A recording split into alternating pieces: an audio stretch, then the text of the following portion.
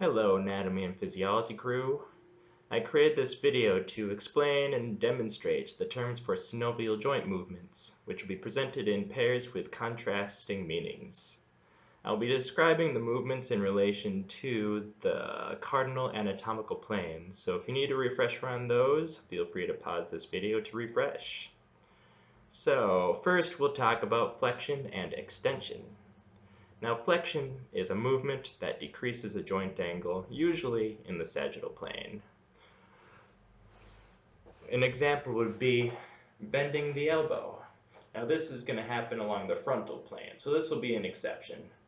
So, flexion is bending the elbow. Now, extension is the opposite of that, which is straightening a joint. So, here is an example of extension. Now you can also flex the shoulders, and this will happen along the sagittal plane, like so. Bring your arm in front of you, this is flexing. Bring it down to the 0 position, this is extending.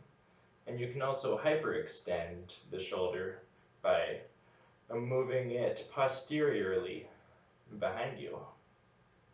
Now you can also flex your hip, like this. And you extend it, bringing it back to 0 position or anatomical position, and you can hyperextend it. Now the next terms I want to talk about are abduction and adduction. Now abduction is where you move your joint, your appendage away from your midline, right here. So here's an example with your legs, which is spreading your legs, like so. And that is abduction. And adduction is returning your appendages to midline. So, like so. That is adduction. And you can also, here's an example with your arms. Here is abduction. And here is adduction. Now the next terms I want to talk about are elevation and depression, which happens along the frontal plane. And so that would entail, with your shoulders, an example would be shrugging. This would be elevating them, and this would be depressing them.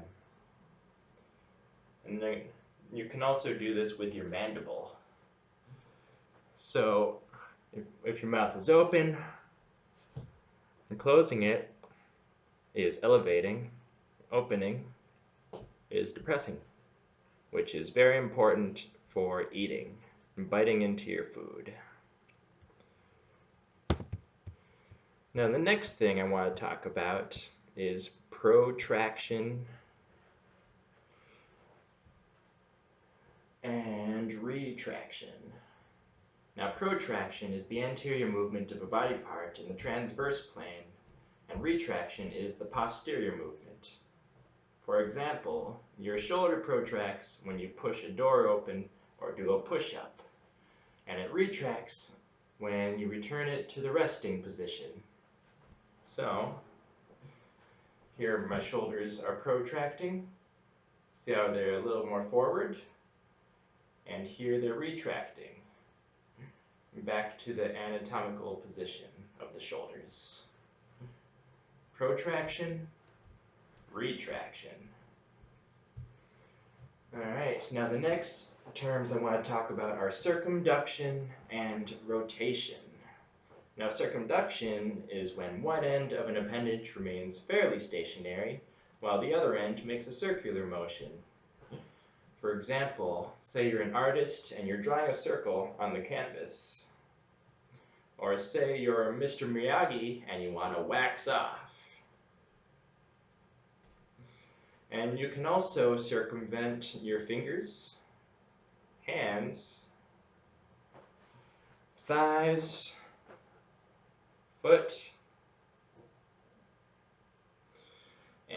and trunk, and head. Now rotation is a movement in which a bone spins on its longitudinal axis, like the axle of a bicycle wheel. For example, if you stand with your bent elbow and move your forearm to grasp your opposite arm, like so, this is rotation. In fact, more accurately, this is medial rotation. Now the opposite would be lateral rotation, which is going in this direction. Now an example would be with tennis players, with the forehand and backhand strokes. Tennis players can do this all day long. Alright. Now the next terms I want to talk about are supination and pronation, which are primarily known as forearm movements. Now, supination of the forearm is a movement that turns the palm to face anteriorly or upward. And pronation is the opposite movement, causing the palm to face posteriorly or downward. Now, a good aid to remember these terms is to think about it this way. You're prone to stand in the most comfortable position, with your palms facing posteriorly, like so.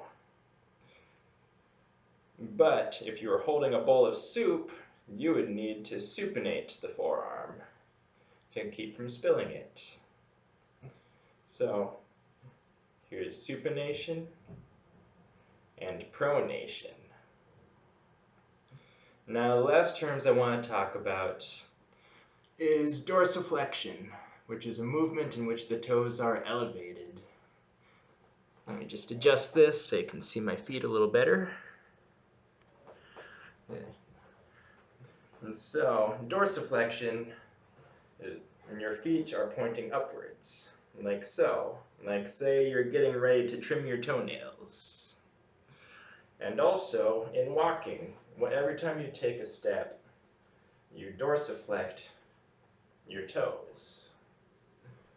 And this makes sure that your toes do not scrape on the ground when you take a step.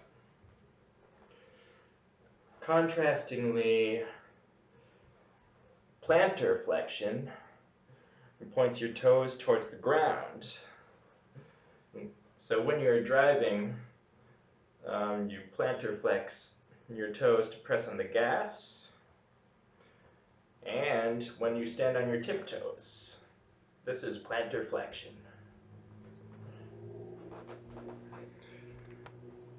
Well, I hope this video has been helpful for your synovial joint movements.